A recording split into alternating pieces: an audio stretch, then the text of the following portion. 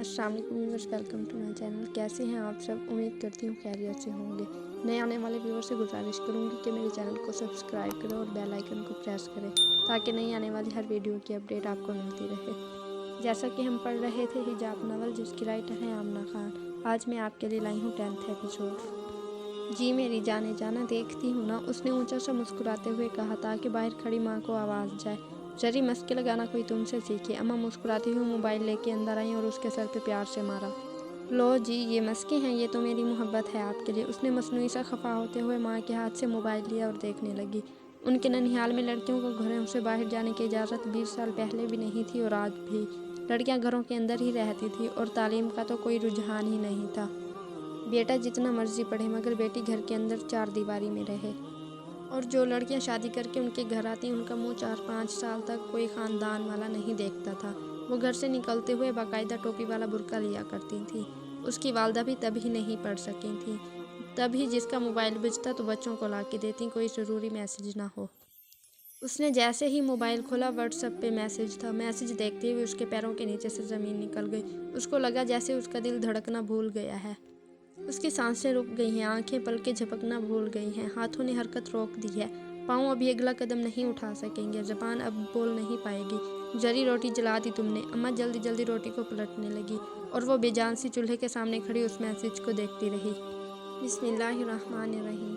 तर्जमा: अपने घरों में टिक कर रहो और साबिक दौरे जाहिलियत की सी सज धज ना दिखाती फिरो। नमाज कायम करो, ज़कात दो और अल्लाह और उसके रसूल सल्लल्लाहु अलैहि वसल्लम की इताअत करो। अल्लाह तो ये चाहता है कि अहले बैत नबी से गंदगी को दूर करे और तुम्हें पूरी तरह पाक कर दे। वो मस्जिद में बैठा सूरतुल अहज़ाब की तिलावत कर रहा था। अहले बैत से उसको दुनिया की हर चीज़ से, हर शख्स से ज़्यादा मोहब्बत थी। उसको लगता था जो उसके सीने में दिल धड़क रहा है तो वो अहले बैत की मोहब्बत में धड़कता है। उसकी हर सांस अली कहती है, हसन कहती है, हुसैन कहती है। उसने बाआवाज़ बुलंद सूरतुल अहज़ाब की तिलावत की और इस सूरत पे आके रुक गया। जैसे अब उसको सोचना हो। वो हमेशा अहले बैत के ज़िक्र पे रुक जाता था, उस पे सोचा करता था। वो नबी करीम सल्लल्लाहु अलैहि वसल्लम के बाद अगर किसी से मोहब्बत करता था तो वो अहले बैत था, जिनसे उनको मोहब्बत से ज़्यादा इश्क था। वो हमेशा अहले बैत की बात करता था। उसको अच्छा लगता था वो बोले अहले बैत पर और लोग सुने, या लोग अहले बैत की मोहब्बत में बोलें और वो सुने। वो अली वालों की महफिलों में बैठ के अली का नारा बुलंद करता था। जहाँ देखा कोई अली रज़ियल्लाहु तआला अन्हु की शान में बोल रहा है, कसीदा पढ़ रहा है, तो वो झूम जाता और मुसलसल झूमता रहता। उसका दिल, उसका दिमाग, उसकी ज़बान बस अली अली करती। वो अहले बैत का आशिक था और दुनिया को बताता भी था। उसकी मोहब्बत करने का अंदाज़ ही कुछ ऐसा था। वो मोहब्बत को देखना जानता था। वो महफिल में बैठकर नारा बुलंद करना जानता था। वो हाथ उठा के दाद देना जानता था। उसको अली के नाम पे झूमना आता था। वो चाहता था जितनी मोहब्बत वो अहले बैत से करे उतनी ही सब करे। जैसे वो मोहब्बत का इजहार करता है वैसे सब करें। जैसे वो अहले बैत के जिक्र पे झूम जाता है, सब उसके साथ झूमे। वो कोई मलंग नहीं था, वो आशिक था। जब वो झूमता तो लोग उसको दीवाना कहते। कुछ लोग उसकी इस दीवानगी पर रश्क करते और कुछ बातें। मौलवी साहब, ये जो लोग अहले बैत से मोहब्बत नहीं करते, क्या ये जन्नत में जाएंगे? वो कुरान पाक बंद करके मौलवी साहब के पास गया, जो मिंबर के पास बैठे आंखें बंद किए तस्बीह के दाने हाथों से इधर उधर कर रहे थे। वजदान, दुनिया में ऐसा कौन सा शख्स होगा जो महबूब की औलाद से मोहब्बत नहीं करेगा? अगर जिसने नबी करीम सल्लल्लाहु अलैहि वसल्लम से मोहब्बत की उनकी औलाद से ना कि उनके लिए बुग़्ज़ रखा, तो क्या नबी करीम सल्लल्लाहु अलैहि वसल्लम उनसे खुश होंगे? अगर तुम्हारे वालिद साहब से कोई मोहब्बत करे और तुमसे बुग़्ज़ रखे, तो क्या उनका दिल उस शख्स से खुश होगा? क्या वो उस शख्स को इज़्ज़त दे पाएंगे जो उनकी औलाद से मोहब्बत नहीं करता? ऐसा नहीं होता वजदान। एक बाप हमेशा यही चाहता है लोग उससे ज़्यादा उसके बेटे को, उसकी बेटी को इज़्ज़त दे। जब ऐसा होता है तो वो भी खुश होता है। जो लोग नबी करीम सल्लल्लाहु अलैहि वसल्लम से मोहब्बत करते हैं, उनकी औलाद से मोहब्बत ना करें तो क्या वो खुश होते हैं? वजी हज़रत अबू हुरैरा रज़ियल्लाहु तआला अन्हु से रवायत है कि नबी अकरम सल्लल्लाहु अलैहि वसल्लम ने इरशाद फरमाया, जिसने इन दोनों यानी हसन हुसैन अलैहिस्सलाम से मोहब्बत की उसने मुझसे मोहब्बत की, जिसने उनसे बुग़्ज़ रखा उसने मुझसे बुग़्ज़ रखा। अब वजी नबी पाक खुद कह गए, जिसने दोनों शहजादों से मोहब्बत की उसने मुझसे मोहब्बत की। अगर हम नबी करीम सल्लल्लाहु अलैहि वसल्लम से मोहब्बत करें और अहले बैत से ना करें तो क्या हम मुसलमान हैं? क्या हम सच्चे मुसलमान हैं? वो चुप बैठा उनको सुनता रहा, जो एक प्यार और एक अकीदत से बोलते चले जा रहे थे। इसी तरह नबी पाक ने हर जगह पे हज़रत अली और अहले बैत का जिक्र किया, उनसे मोहब्बत का जिक्र किया। मौलवी साहब, अली रज़ियल्लाहु तआला अन्हु को मौला कहना चाहिए या नहीं? वजी, जिसको उस हबीब ने मौला कहा, हम कौन होते हैं उनको मौला ना कहने वाले? क्या इन्होंने ये नहीं पढ़ा कि हज़रत मोहम्मद सल्लल्लाहु अलैहि वसल्लम ने खुद फरमाया, दोनों जहाँ के सरदार ने महबूब ने खुद कहा है, जिसका मैं मौला उसका अली मौला। तो इस बात के अलावा हमें किस सबूत की ज़रूरत पड़ती है? सरकार ने खुद कहा है, लोगों की नस्ल उनके बेटों से चलती है और मेरी नस्ल मेरी बेटी फातिमा से चलेगी। वजी वो जो खुदा का महबूब है, उसकी अपने नवासों से मोहब्बत का आलम तो देखो। आपने उनके खुद नाम मुबारक रखे। मौला अली ने हज़रत इमाम हसन का नाम हमज़ा रखा था और इमाम हुसैन का नाम जाफ़र रखा था, मगर सरकार ने नाम मुबारक बदल के हसन और हुसैन रखे। उन दोनों शहजादों को तो नाम भी आका ने खुद दिए हैं। वो बोलते बोलते एक आह भरते और फिर से मोहब्बत में बोलना शुरू हो जाते।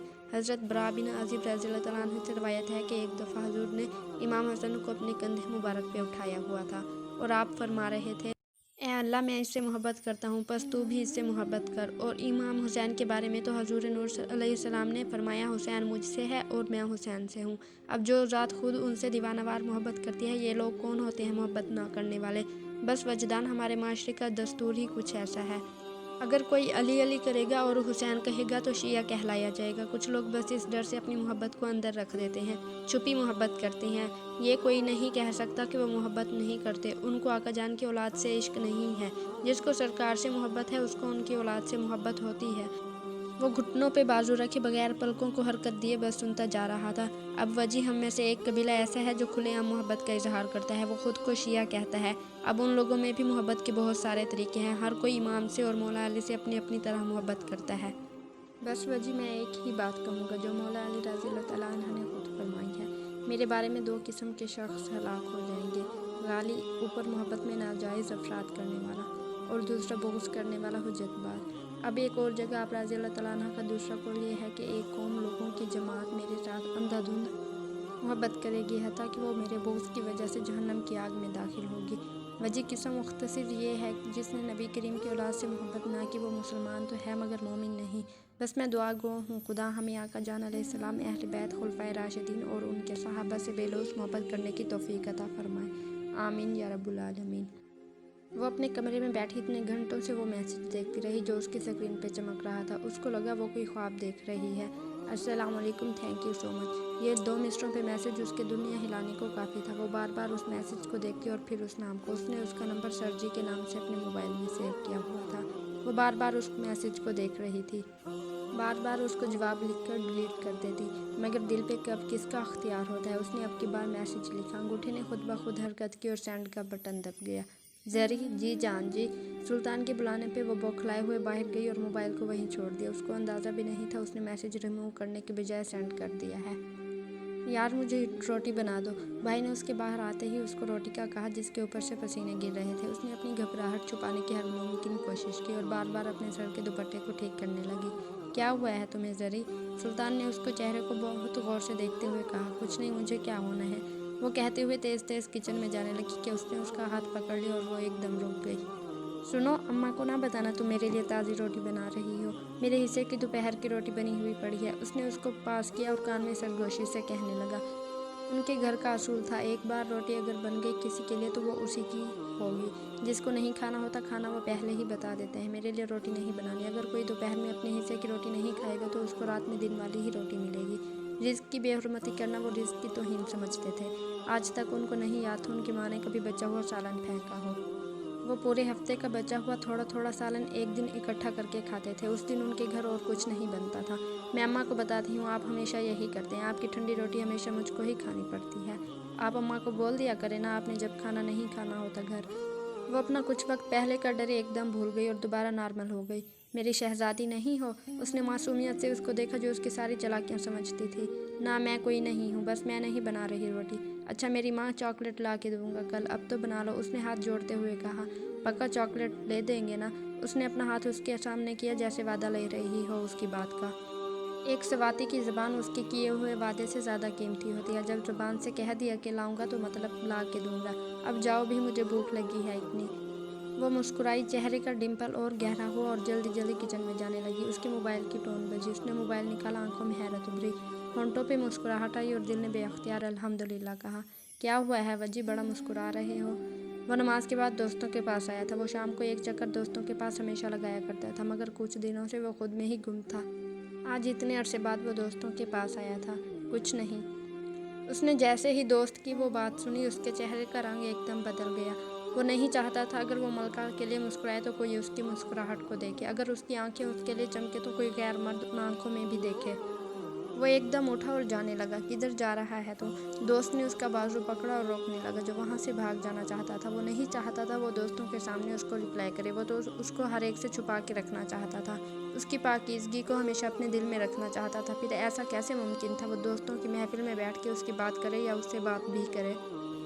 وہ ان مردوں کی طرح ہرگز نہیں تھا جو دوستوں کی محفل میں بیٹھ کے عورت ذات کی تجلیل کرے، اپنے دوستوں کو بتائے بچی سیٹ ہو گئی ہے تیرے بھائی کے ساتھ، اور پھر اس لڑکی کے میسج سب کو پڑھ پڑھ کے سنائے اور سب اپنا اپنا مشورہ دے، آگے یہ رپلائی کر، یہ بول بھابھی کو۔ اس کو شدید نفرت تھی ان مردوں سے جو اپنی ماں بہن گھر پہ رکھ کے کسی کی بہن کی دوستوں میں تجلیل کرے، اس کی محبت کو رسوا کرے۔ محبت یہ دیکھ کے تو نہیں ہوتی جو اچھا ہے اسی سے ہوگی، محبت تو دنیا کے غلیظ ترین بندے سے بھی ہو سکتی ہے۔ اگر ایک لڑکی اس کے سامنے ہار جاتی ہے تو اس کو چاہیے محبت کی قدر کرے، اس کی دنیا میں تجلیل نہ کرے۔